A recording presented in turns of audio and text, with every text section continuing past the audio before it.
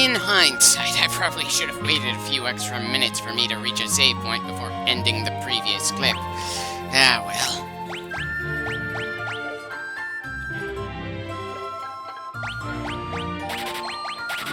Well, I suppose that bow and arrow will be somewhat useful if I ever decide to have Azul switch to the archer-focused class.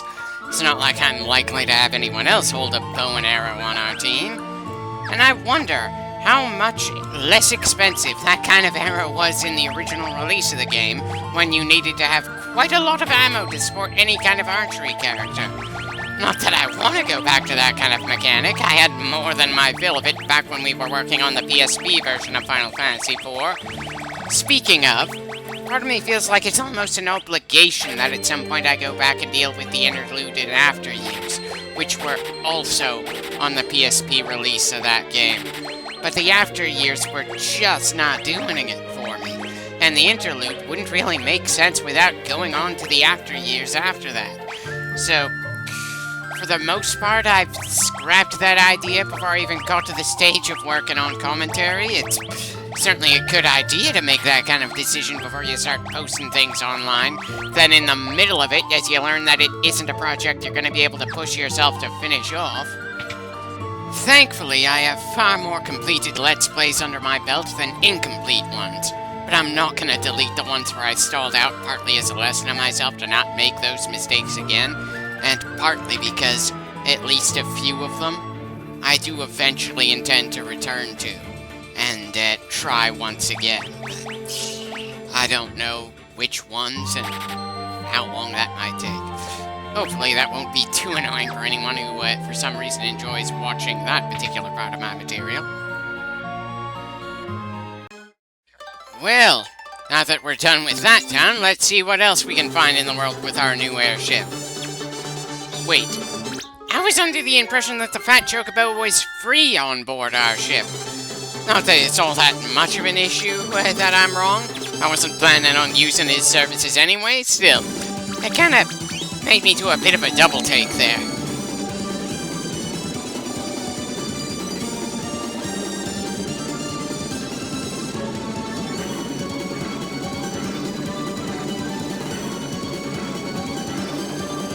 Okay, so we've got a bit of an annoying maze that utilizes this airship's unique gimmick.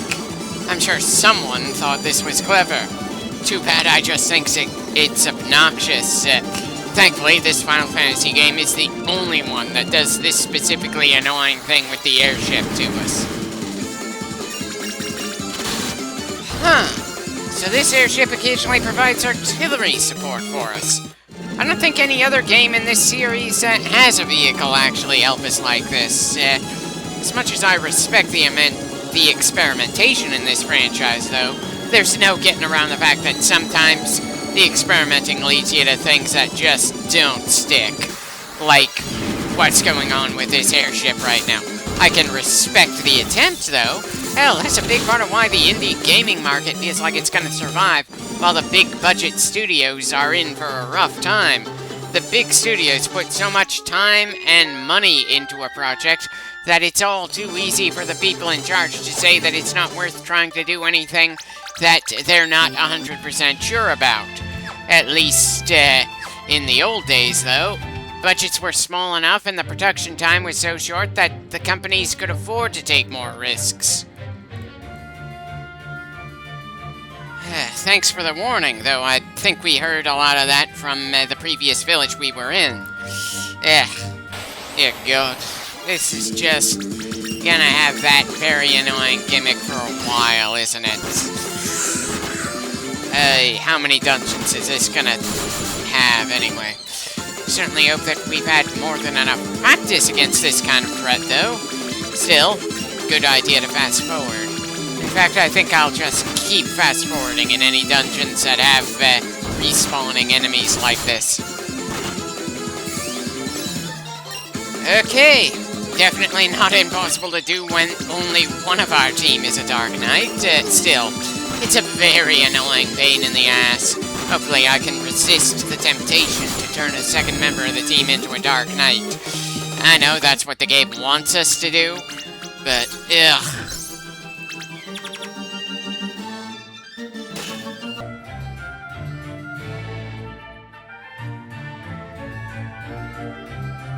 Oh?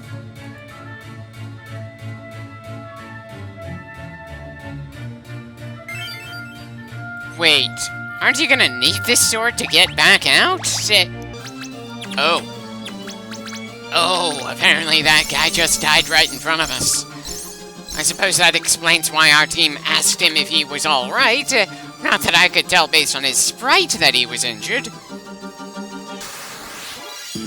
Well, I suppose those enemies kinda look new. I'm sure they have the same gimmick as everything else around here, though.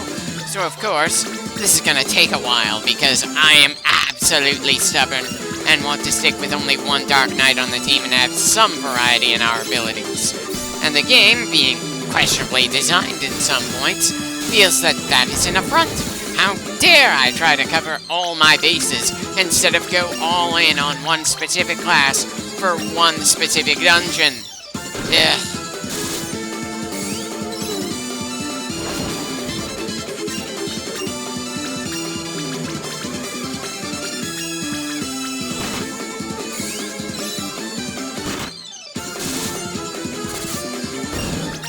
Yeah, this fight definitely took longer than it had any right to.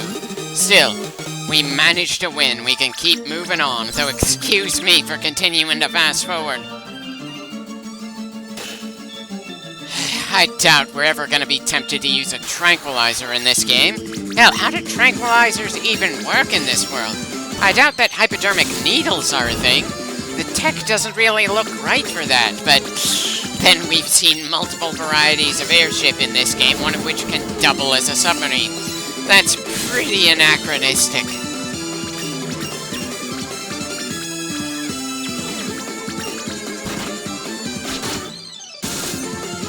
Okay, so the horse things don't do the whole fresh spawning enemies bullshit.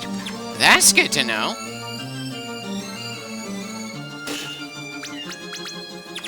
Right. It's not equipable, and I doubt I'm gonna bother to keep it.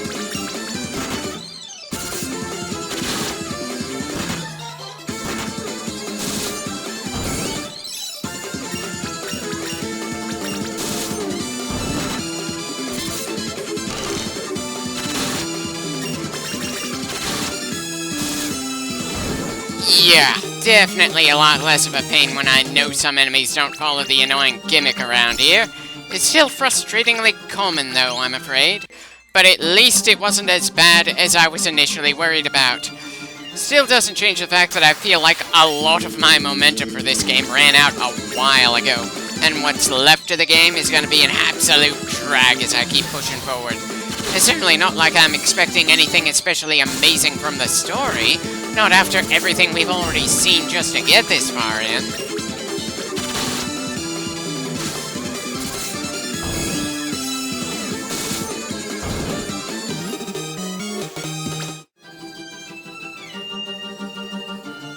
Lovely.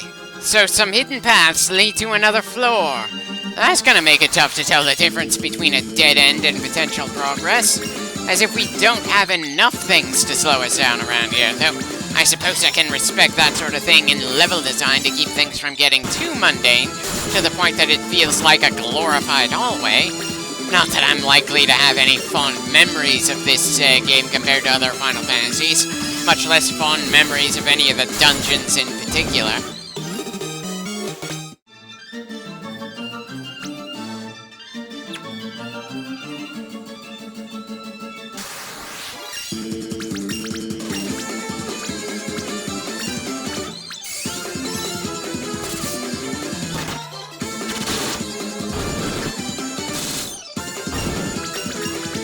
Well, we're certainly using up plenty of cure spells here, that's for sure.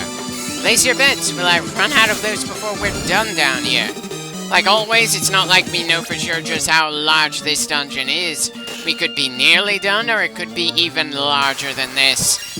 Either way, regardless of the length of the dungeon, I'm probably gonna cut the raw footage just to keep things from going over half an hour long. Hopefully the spot I picked out is a fine enough stopping point that things won't feel too jarring in the next clip.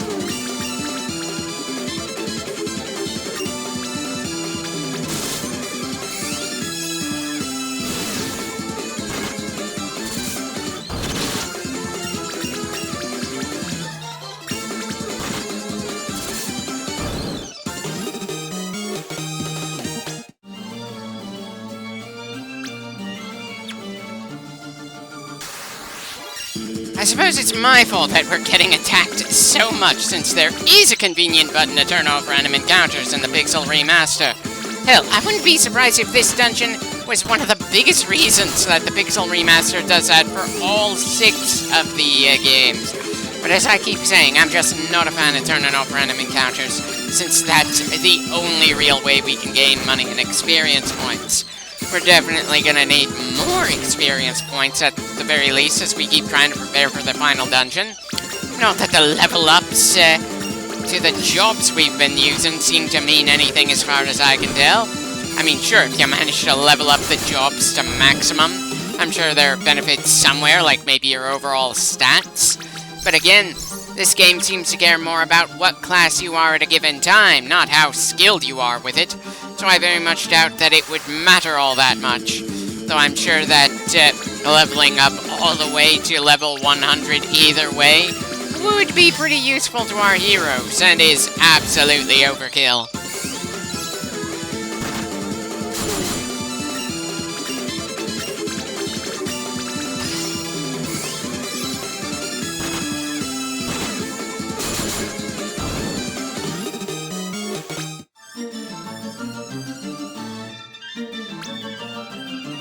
Well, at least the Pixel Remaster does a good job of making sure we aren't just running around in circles in these hidden paths. I'm definitely looking forward to leaving that annoying concept behind. It's kind of funny how I like map designs in games to be more open-ended with various deviations from the main path, but I don't like the idea of dealing with secret paths. And dear God, it's especially annoying when the hidden paths are the only way forward.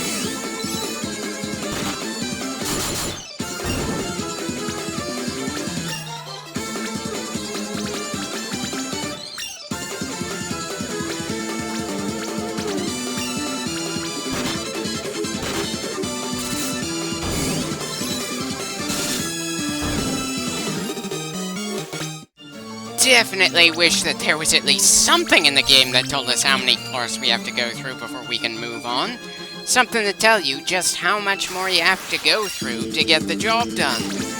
Of all the things that Final Fantasy could have been the trendsetter for, why couldn't that be one of them? Hell, the map feature that I've been enjoying so much wasn't even a thing in Final Fantasy Dungeons until I think around Final Fantasy X, and I might be misremembering. I guess I should just be happy that the Pixel Remaster decided to do that improvement for games 1 through 6. Though in hindsight, I probably should have gone for the Pixel Remaster version when I did the Let's Play of Final Fantasy IV. That would have simplified things quite a bit. Though, I don't really remember if the Pixel Remaster was even released yet when I started to record Final Fantasy IV.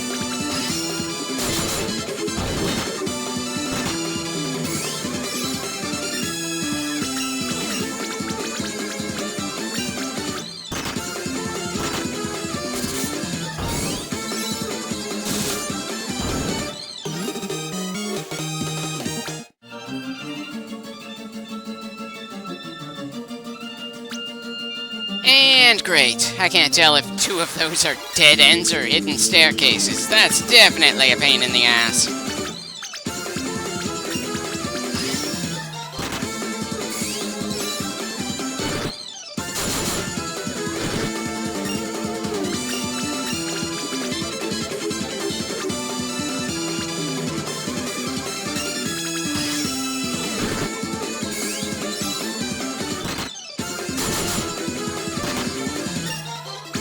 Even with all the resources I've got at the moment, this fight probably could have been done more efficiently.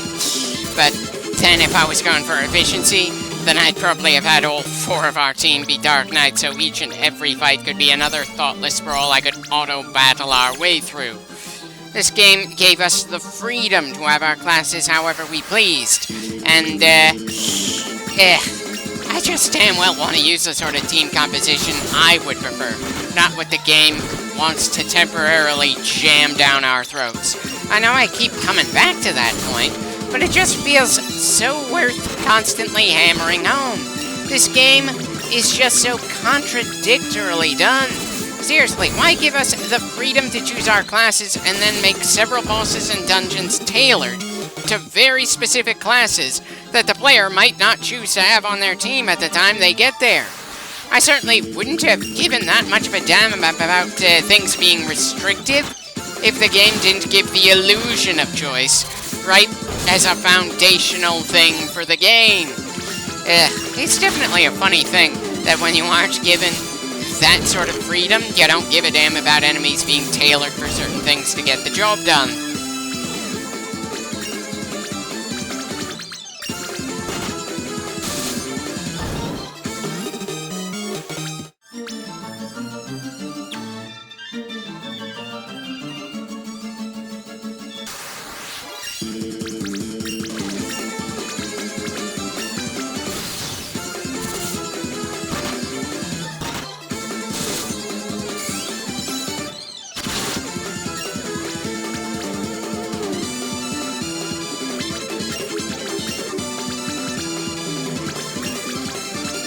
Dear God, this dungeon is doing a good job of wearing me down, both in terms of the amount of magic spells and healing items we need to use, and how damn tired I am of the dungeon in general at this point.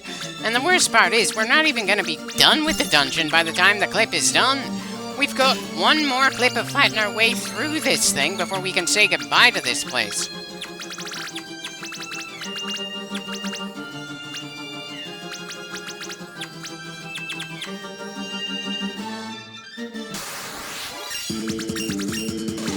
And Midori is nearly out of charges for the cure spell. Part of me wants to say that I'm going to be thankful to leave the magical charge system behind when we're done with this game, but I know that the Suikoden series has something similar for its magic. It's also very much more cumbersome with its inventory system, and considering that Suikoden's first game was released on the PlayStation 1, a console that Final Fantasy didn't get to until its 7th entry, I'm not sure if it was a choice or a lack of skill for that one. Hard to say since the entire Suikoden series followed the design ideas from the first game. It certainly wasn't as experimental as the Final Fantasy series, but hey, as Final Fantasy 2 and 3 have shown, sometimes experimentation just gets you some duds.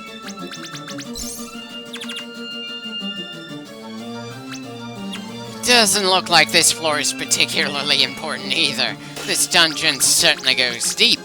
And dear God, I just realized we're still less than 11 hours into this game.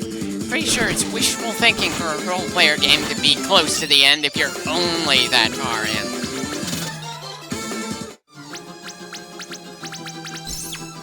in. Considering I've been going out of my way to not use the most optimal class in this dungeon as much as I can, I'm kind of amazed that it took this long for one of our team to get knocked out. I mean, sure, I came with a lot of healing items, but we're kind of starting to run low on high potions, and it's genuinely possible we could need to retreat to rest at an inn and buy some fresh supplies. If this dungeon is such a pain in the ass, how much of a gauntlet is the final dungeon going to be?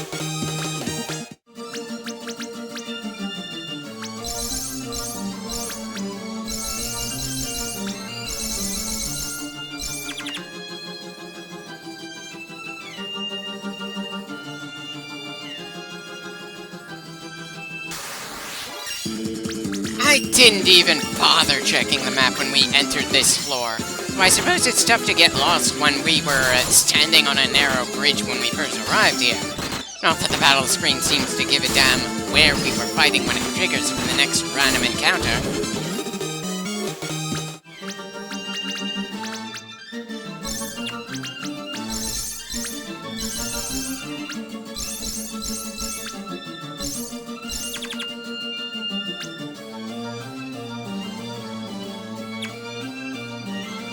Right. Of course we can't get to the important object that easily. Assuming, of course, that you can call it easy when it took us this long to get to it. Ah, well, we've got enough stamina to go that far at least.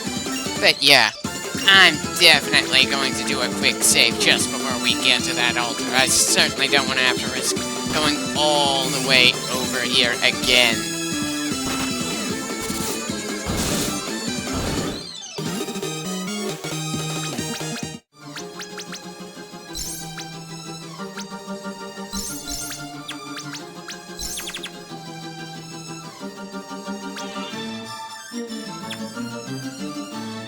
We'll grab the chest on the right side on our way back out. Assuming, of course, that the game doesn't teleport us out of here as soon as we've grabbed what we came for.